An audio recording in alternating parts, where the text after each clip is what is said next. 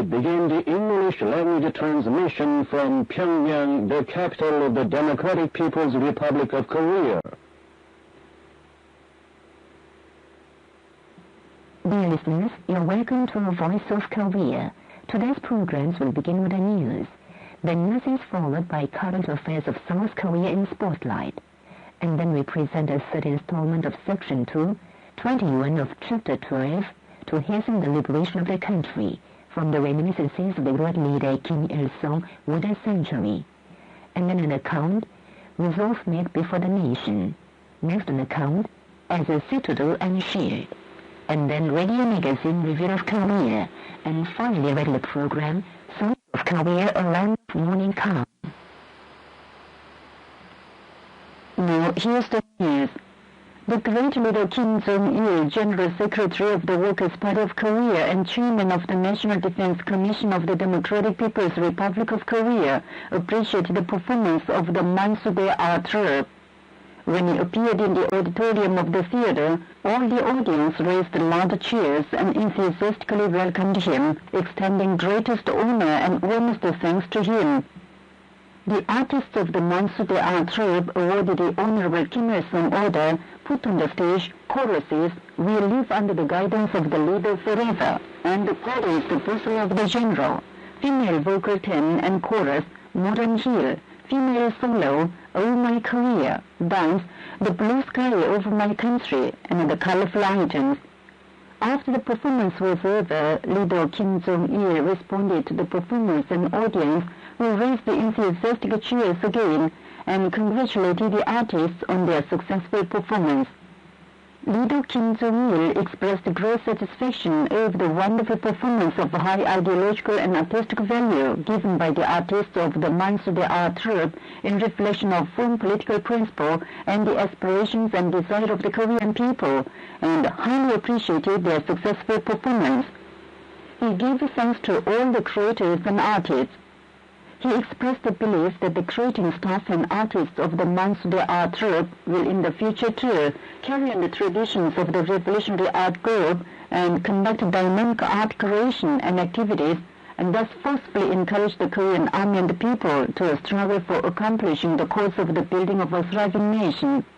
He put forward highly important tasks which would serve as a guideline in the art creation and activities. The great leader Kim Jong-il's famous work, "Let Us Reunify the Country Independently and Peacefully Through the Great Unity of the Entire Nation," was published in booklet at the Berlin Archaie Publishing House of Germany on March the 27th. Egyptian and Pakistani newspapers recently featured the 17th anniversary of the great leader Kim Jong-il's election as chairman of the National Defense Commission of the DPRK and the 78th founding anniversary of the heroic Korean People's Army. The Egyptian newspaper Al-Masirah, in an article titled "Chairman of the National Defense Commission Kim Jong-il, an Invincible State," said, "Chairman of the National Defense Commission Kim Jong-il has consolidated rock from the political and ideological position of the country under the banner of the Juche idea and Sungan idea in accordance with the demand of the developing reality." The Pakistani newspaper Balochistan Times carried an article titled "Chairman of the National Defense Commission Kim Jong-il, an Invincible Korean People's Army." The article introduced the immortal Sungan-based leadership exploits of respected Kim Jong-il, who has trained the Korean People's Army into an army strong in ideology and faith and firmly prepared politically and ideologically and in military technique. The General Secretary of the National Guidance Council of the Pioneer Party of Indonesia recently made public a press statement on the occasion of the Day of the Sun, the birth anniversary of the great leader President Kim Il-sung, and the 17th anniversary of the great leader Kim Jong-il's election as chairman of the National Defense Commission of the DPRK. In the press statement, he spoke highly of His Excellency President Kim Il-sung as the great son of mankind who rendered immortal services to the development of the friendly relations between Indonesia and Korea and the cause of global independence. He praised that His Excellency Kim Jong-il is a prominent leader who has wisely led the Korean people and turned Korea into a powerful political, ideological, and military power anyone dares not challenge. The French Intellectual Study Association for Independent Development was recently formed in Paris. Present at the inaugural ceremony were academic personages of France. Chairman of the association was elected at the ceremony. At the ceremony, the chairman of the association said, "The French Intellectual Study Association for Independent Development has been formed for the purpose of inducing the intellectuals of France to deeply study the Tzu Chi idea and widely disseminate it among the people of broad sections for the independence of Europe and furthermore the independence of the whole world." A letter to the great leader Kim Jong-il was adopted at the ceremony. Kim Yong-nam, president of the Presidium of the Supreme People's Assembly of the DPRK, arrived in Banjul on April the 1st for an official friendly visit to the Republic of Gambia. He was accompanied by Minister of Public Health Chet Chang-sik, Vice Minister of Foreign Affairs Kim Hyung-jun, Vice Minister of Foreign Trade Lee Myung-san, and other suite members. Kim Yong-nam and his party were greeted at the airport by Vice President of the Republic of Gambia, Ajia Isatu Unzia Saidi, ministers of the government, army commanders, personages concerned, Lee Jong-sun, Ambassador Extraordinary and Plenipotentiary of the DPRK to the Republic of Gambia, and foreign diplomatic representatives in that country. The ceremony was held at the airport to welcome Kim Yong-nam. Kim Yong-nam made public a statement on his arrival. That day, a banquet was given in welcome of Presidium President Kim Yong-nam on an official friendly visit to the Republic of Gambia. Speaking at the banquet, Vice President Ajia Isatu Unzia Saidi said, "Great Korea achieved great successes despite the continued foreign interferences in the past, and stressed that there were many things to learn from the development of the DPRK. He added that the Korean people with a strong will and bravery are exercising influence on the international arena. Presidium President Kim Yong-nam in his speech expressed the belief that the recent visit would be an opportunity to give a fresh vigor to the development of the bilateral cooperative relations existing between the two countries. A performance of artists was given at the banquet. A national meeting was held at the Central Hall of Workers on Friday on the occasion of the 30th anniversary of the promulgation of the public health law provided by the great leader President Kim Il-sung. Present at the meeting were Cha Tae-bok, Secretary of the Central Committee of the Workers' Party of Korea, and officials concerned, and exemplary public health officials. The participants listened to the recorded historic speech, "Let us implement the public health law to the letter," made by President Kim Il-sung at the first session of the 6th Supreme People's Assembly of the DPRK on April the 4th, 1969 or 1980. In his report, Vice Premier of the Cabinet, Oh So-young, said, "The great leader Kim Il-sung saw that the public health law of the DPRK was adopted at the first session of the 6th Supreme People's Assembly of the DPRK in April 1969 or 1980, and made public the famous book, 'Let us implement the public health law to the letter,' which presented the tasks and ways for the implementation of the law." The reporter said the law, embracing the popular public health policies of the Workers' Party of Korea and the state, is a Tzu-chi-spirited public health charter which guarantees by law all the principles and demands for freeing the working masses from fetters of all kinds of diseases once and for all, and promoting their health. He said the great leader Kim Jong-il called a national meeting of public health workers in April 1974 or 1985, and sent the participants the historic letter on further improving and strengthening public health work, which clearly indicated the tasks and ways to further develop the public health work. The reporter stressed that great successes have been made in the public health work over the past 30 years under the wise leadership of the great leader President Kim Il-sung and respected Kim Jong-il, and the advantages and vitality of the public health law have been powerfully demonstrated. The sowing on rice seedling cold bands has begun in the cooperative farm fields across the Democratic People's Republic of Korea. The agricultural workers in South and North Hwanghae, South and North Pyongan provinces are sowing on the rice seedling cold bands in a scientific and technical way, expanding their successes every day.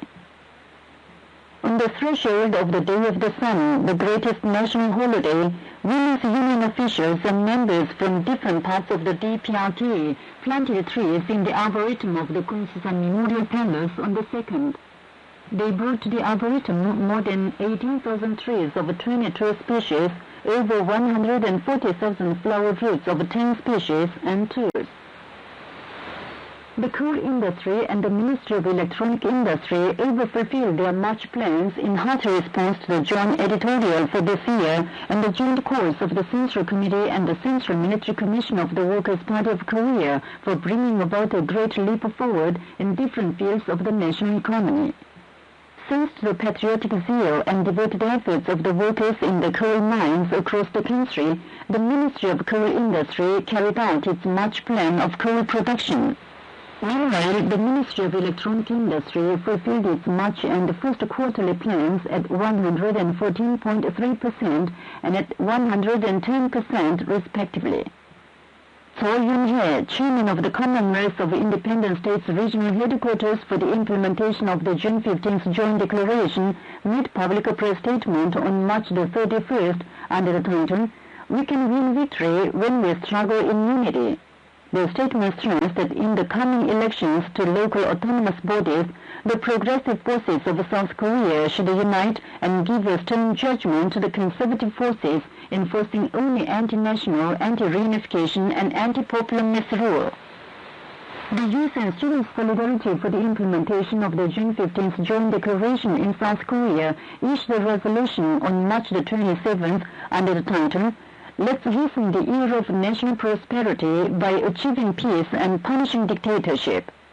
The resolution criticized the United States and anti-reunification forces desperately attempt to divide the Korean fellow countrymen forever, despite ever-mounting national desire for peace and reunification.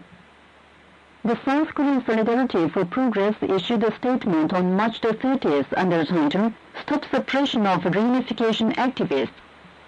The statement announced that day the public security authorities ransacked the houses of former core members of the Solidarity for the implementation of the South-North Joint Declaration and the representative of the Mire Opera Troupe, its affiliated organization, all at once on the suspicion of the violation of the national security law.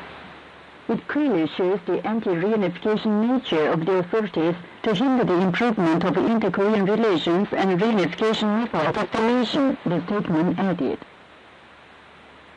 Different civic and public organizations of South Korea held the inaugural ceremony of the Committee for Probing into the Truth behind the Ryongsan disasters in Seoul on March the 29th.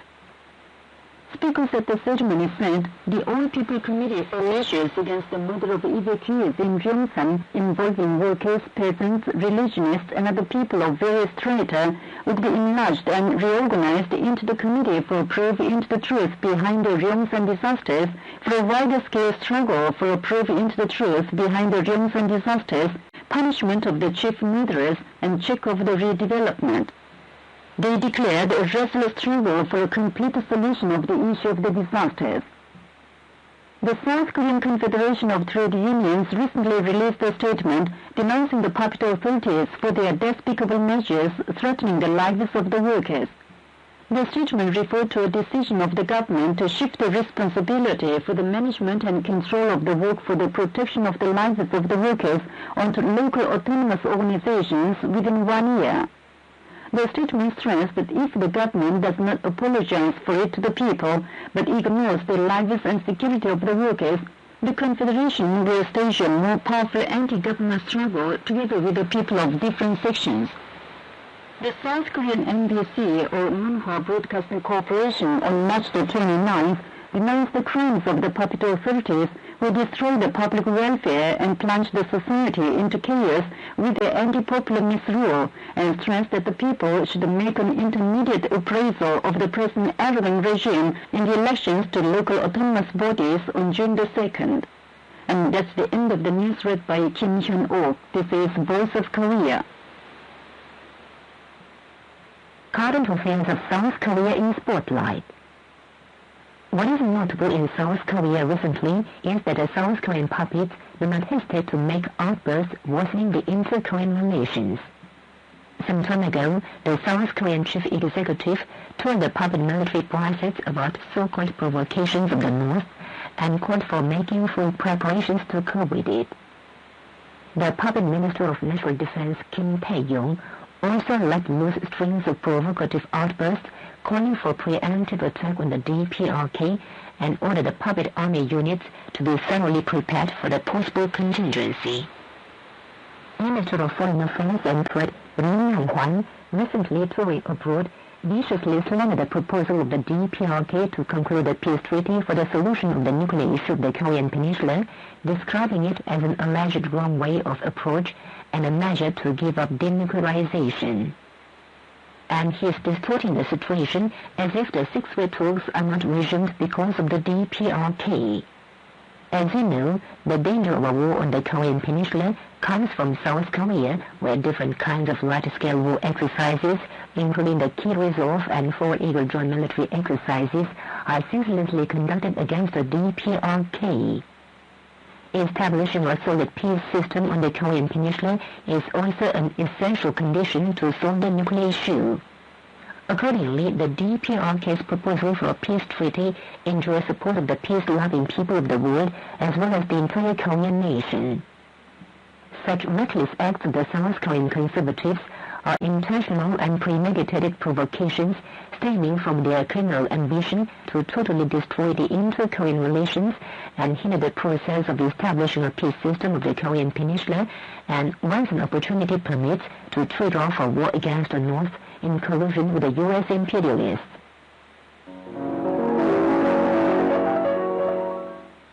What also merits attention in recent affairs of South Korea is the South Korean People's denunciation of the United States as regards the disclosed order of the U.S. Joint Chiefs of Staff to conduct experiments of germ warfare during the past Korean War. Some time ago, the South Korean internet radio Voice of People released a commentary denouncing the United States for its germ warfare experiments. The commentary said, as the order was recently disclosed, the truth behind the germ warfare of the United States was brought to broad daylight. Saying many of the atrocities committed by the United States during the Korean War still remain unknown, the commentary stressed that no matter how hard the United States may try to conceal the truth, it will be exposed any time. Referring to the fact, the public comments that the anti-U.S. tendency of the South Korean people would further increase.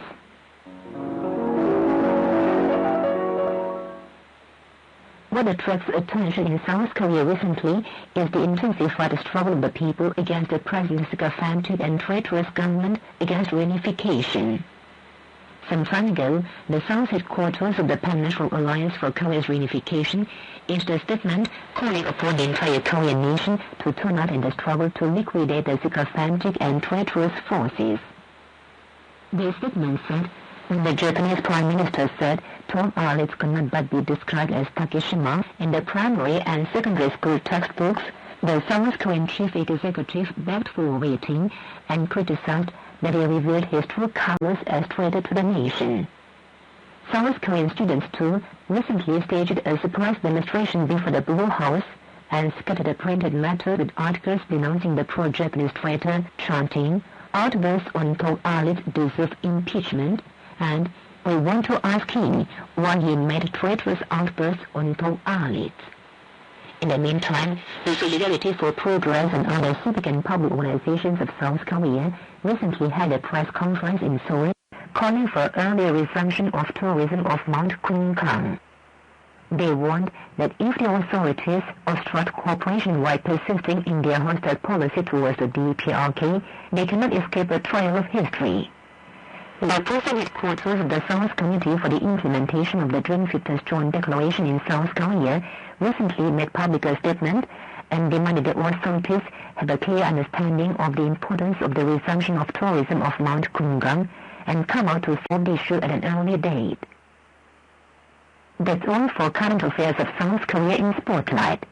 Please join us again this time next week. This is Voice of Korea.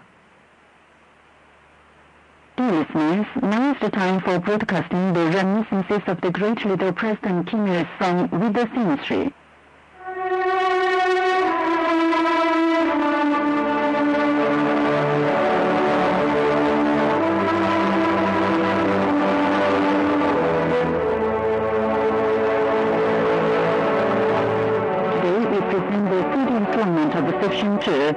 20 yen of chapter 12 to hasten the liberation of the country.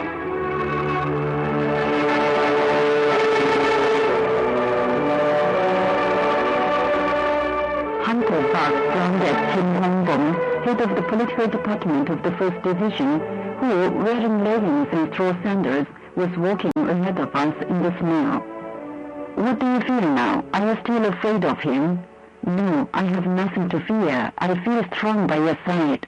It disgusts me to think of those years of the oppressive Minsindan fuss.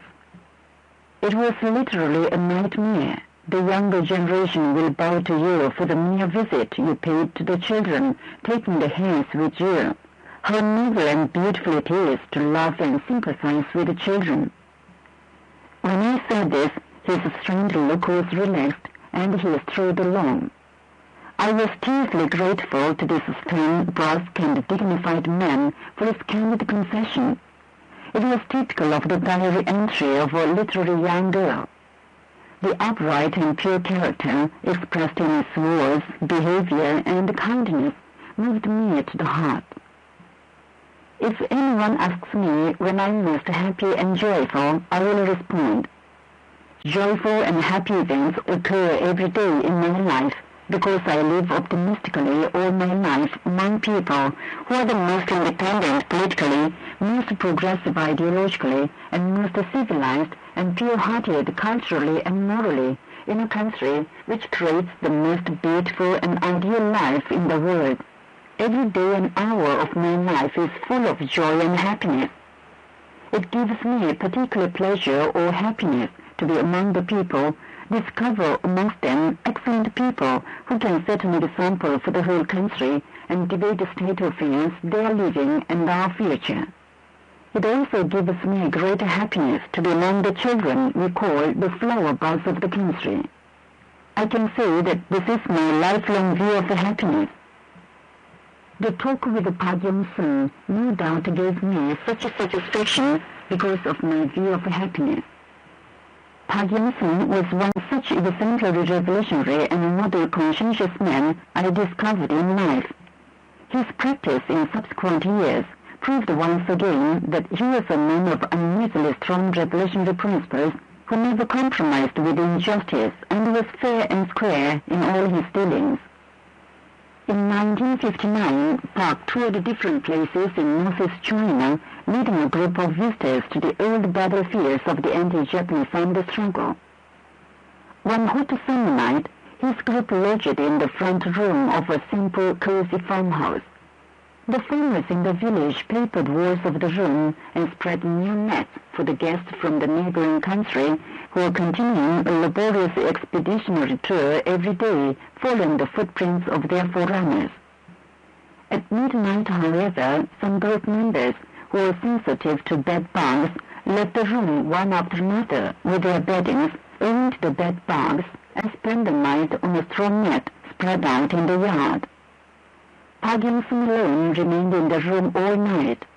The group members considered that the head man was either an unusually sound sleeper or immune to blood-sucking. Next morning, he grouped all the members and criticized them severely. "You expeditionary group representatives of one country have slept on the straw mat in the open air like a vagrant tribe, unable to endure the pestering of bed bugs. Don't you realize that you have rejected the hospitality of this village people who bothered to provide us with good lodging? Haven't you any sense of honor or patience to endure such inconveniences? If you disgrace our delegation again, I will send you back to the homeland, as I deem it a serious affair." Only then did the group members realize that this upright and taciturn man, a veteran of guerrilla war, had remained in the room despite the pestering bed bugs because he could not afford to abuse the host's hospitality. I subsequently heard this anecdote from the group members.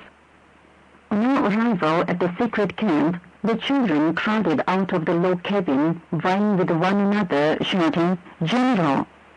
The voices of the children, ringing like a silver bell under the sky of the secret camp, evoked strong emotions in my body and soul. I hurried to them. They were the children I came to see. They were the children who followed the Revolutionary Army to this place, treading the thorny path across the steep mountains, deep forests and snow fields, determined to avenge the enemy for killing their parents and brothers by beating, bayoneting, and burning them. They were the children who had awaited us in sorrow through the winter in this merciless, desolate mountain, in a prison without a wire fence, falsely accused of relations with the Minsan gun. The national chauvinists and left opportunists who had become used to putting the slogans of ultra-revolutionary principle and class spirit above the interests of the people, mocking and maltreating the masses, turned their faces away from the children, claiming that they were a burden of the Revolutionary Army. Afraid that the location of the secret camp would be exposed to the enemy if the children resided nearby, they built a small kingdom for their self-protection and were living in seclusion in a deep forest. And they forbade the children from approaching edges of the forest. These stepfathers had not given them even a handful of grain or a piece of cloth, although they knew full well that the children were living on grass roots, shivering with cold in the severe winter cold. Even the children's sympathizers, as well as the individuals who dressed their wounds with ointment and bandaged them, blew warm breath on their frozen cheeks and hands, petted them with affection, and cried with the children when they were crying, had been registered on the list of Minsan suspects and persecuted.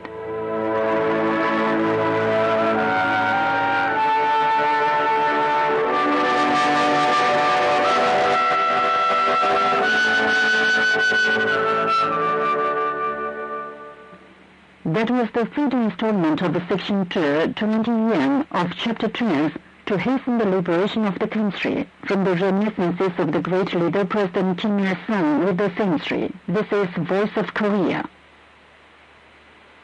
We will present an account under the title, Resolve Made Before the Nation.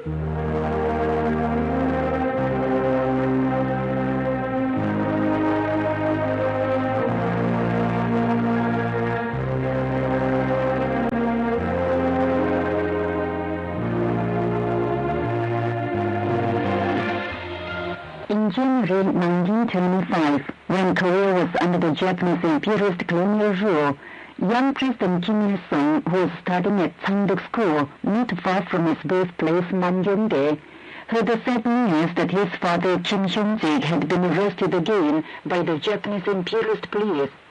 He left Mangyongdae on January the 22nd that year and reached the Pokyong Ferry on February the 3rd. The Pokyong Ferry is on the bank of the river Annok in today's Kim Hyung-sik County, Ryanggang Province, in the northern part of Korea, bordered by northeast China. Standing in cold wind on the border between the two countries, he was lost in a deep thought, looking back at the mountains of the country, groaning under the jackboots of the Japanese imperialist rule. He picked up a pebble. He wanted to keep it as a valuable memento of the homeland. He slowly walked towards the opposite side of the river, quietly singing the song of the river Annok.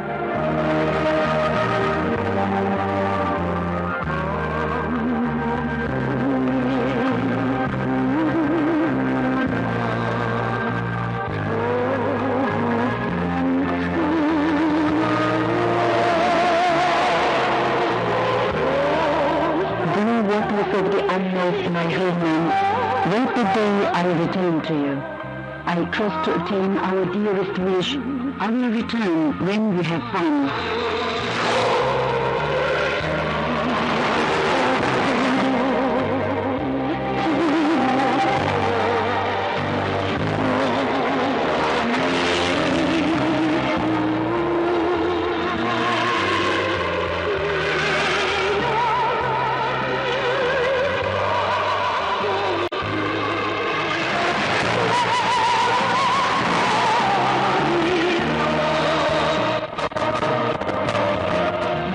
He looked back at the receding mountains of the homeland over and again with sorrow and indignation. Looking back upon the day later, President Kim Il-sung said, I crossed the river Annok when I was 13, firmly determined not to return before Korea became independent. Young as I was, I couldn't repress my sorrow as I sang the Song of River Annok written by Simon, and wondered when I would be able to tread this land again, when I would return to this land where I had grown up and where there were our forefathers' graves. I will not return before Korea will become independent. Indeed, the resolve he made crossing Popyeong Ferry on the historic day was a firm resolve to liberate Korea from the Japanese imperialists at any cost, and a grim resolve made before the motherland and nation. True to the resolve of the day, great President Kim Il-sung waged a 20-year-long anti-Japanese revolutionary struggle and finally accomplished the historic cause of national liberation.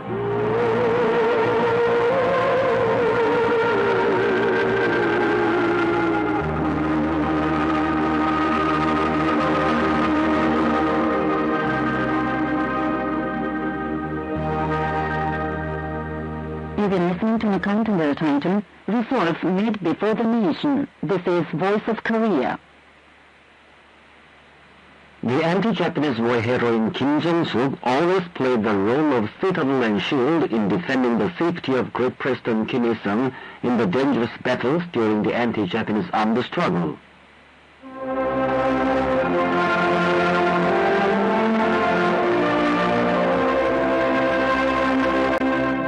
As a citadel and shield.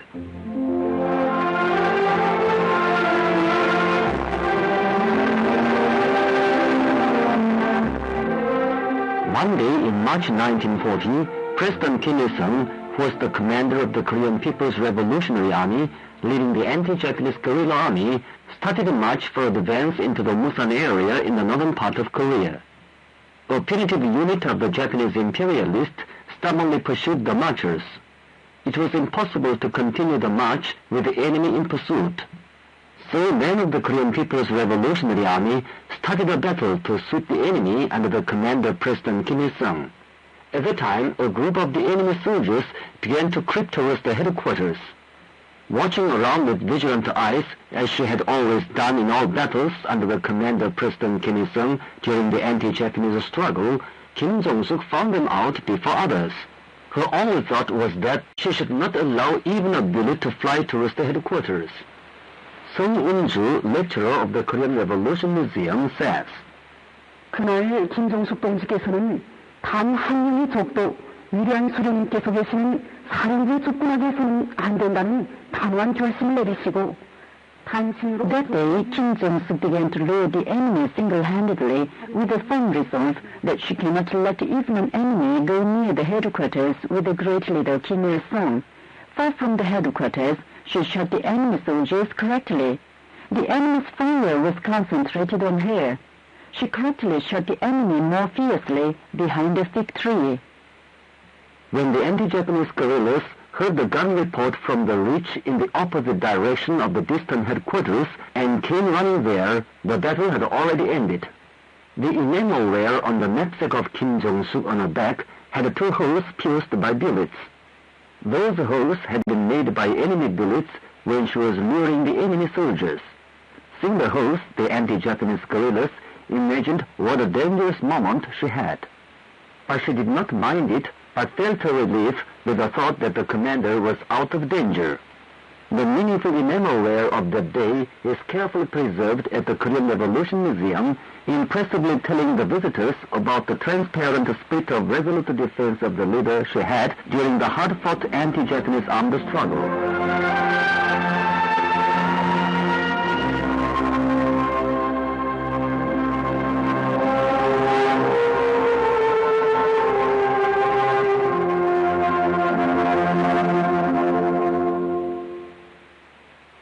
We've been listening to an account as a citadel and shield. This is Voice of Korea.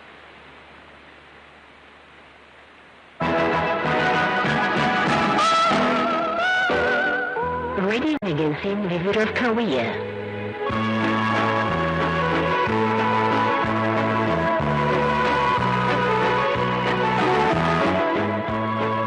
April 15th this year is the significant 98th birth anniversary of great President Kim Il-sung, the founder of Socialist Korea. His birthplace is Manjungdae in Pyongyang. Mangyongdae is a very picturesque place in southwest Pyongyang. Today's radio magazine Review of Korea introduces the time-honored favorite place Mangyongdae. Firstly, Mangyongdae Revolution Museum. Secondly, President Kim Il-sung's old home at Mangyongdae. And lastly, ash tree at Mangyongdae.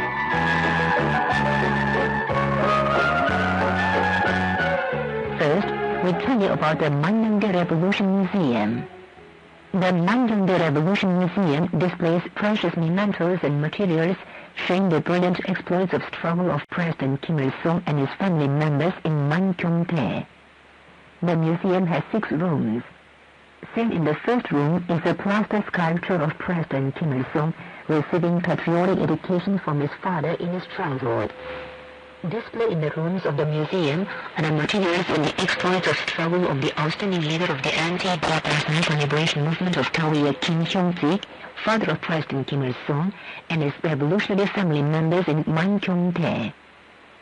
Also on display there are materials on President Kim Il-sung in his childhood, who grew up as an ardent patriot and great revolutionary.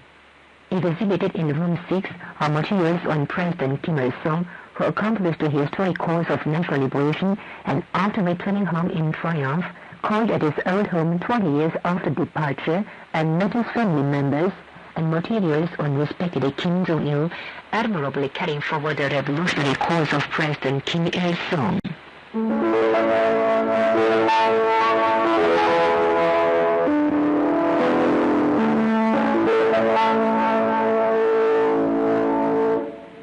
Next, we introduce President Kim Il-sung's old home at Mangyongdae. A simple straw-thatched house is standing a little distance from the Mangyongdae Revolution Museum. It is the old home at Mangyongdae where President Kim Il-sung was born and spent his childhood. The inner house of the old home faces its outhouse. The inner house has a kitchen and 3 rooms, and the outhouse has 3 small barns. Preserved there are precious relics showing the life of President Kim Il-sung's family members who devoted themselves to the country and people generation after generation. Seen in one corner of the yard is a misshapen jar showing the poor life of the family. President Kim Il-sung was born in such an old home and grew up taking over the patriotic traditions of the Mangyongdae family. He left his old home at Mangyongdae in 1925 to liberate the country. 20 years later, in 1945, he accomplished the historic cause of national liberation and visited his old home again and had an emotion-charged meeting with his grandparents.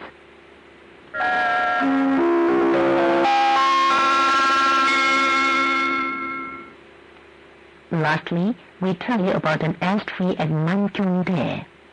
There was a tall ash tree before the old home of President Kim Il-sung at Mangyongdae. In his childhood, President Kim Il-sung climbed up the tree to catch a rainbow, fostering a great ambition. At that time, he cherished the great ambition to build a paradise as beautiful as the rainbow in the fatherland after Korea was independent in the future. Later, when President Kim Il-sung was waging the anti-Japanese revolutionary struggle and dealing an annihilating blow at the Japanese imperialists, the enemy watched the home and questioned the passers-by and acted violently under the shade of the tree almost every day.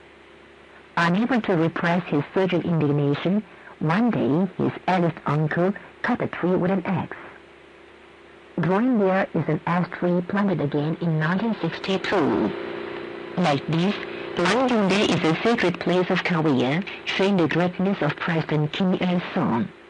Today, Mangyongdae is ceaselessly visited by not only the Korean people, but also peoples of many countries.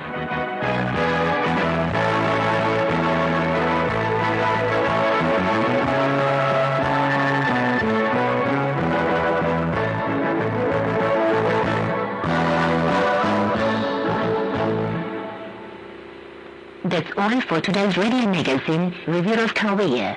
This is Voice of Korea.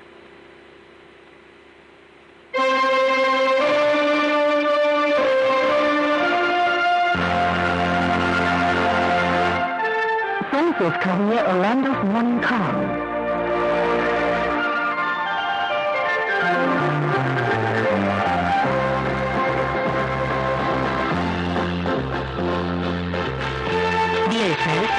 it's time for our regular program, Songs of Korea, A Land of Morning Calm.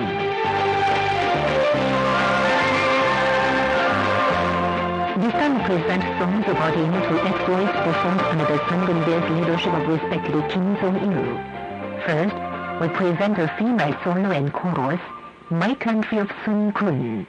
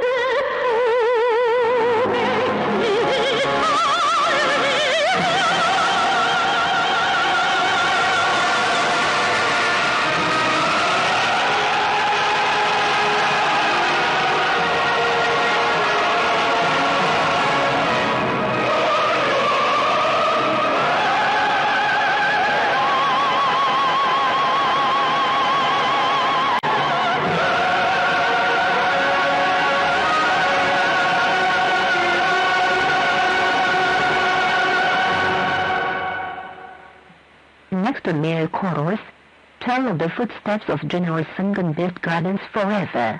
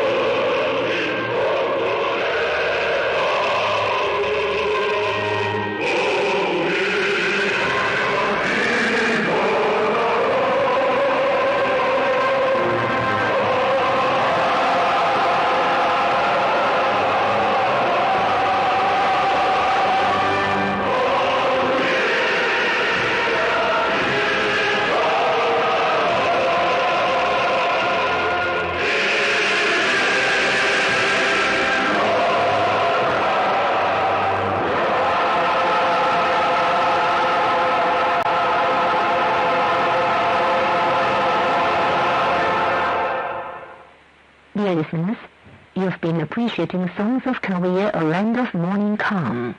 Please join us this time next week. This is Voice of Korea.